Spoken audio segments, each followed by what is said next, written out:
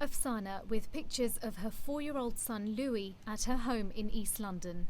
The impact I'm facing, it's hard to absorb. But I don't even know if my son is dead or alive. I have no communication. Under UAE law, he has custody till he's 18. In February, she was found guilty of kidnapping her son from her ex-husband after failing to turn up to an access meeting. She claims it was because he was violent, something he strongly denies. She was given a suspended sentence and eventually had to leave Dubai without her son. In any modern country or judicial system, you should be basing decisions made on the welfare of the child.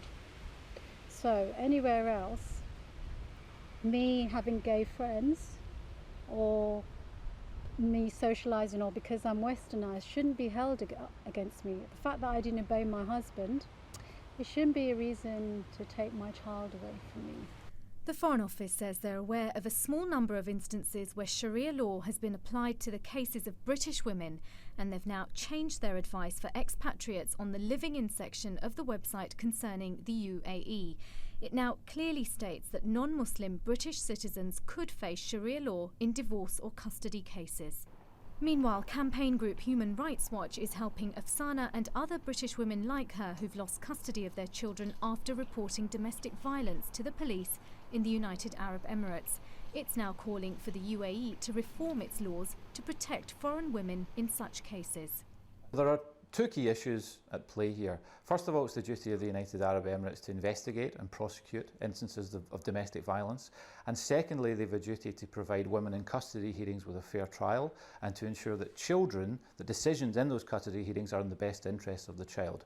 Now, if you don't do the first part of that equation, it's impossible for you to do the second.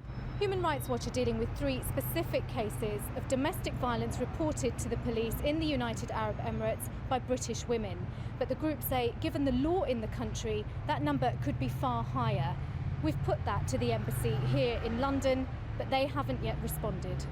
Had the British government informed women like myself going out there that these are the laws and is sharia law in these sorts of cases, I would never have gone.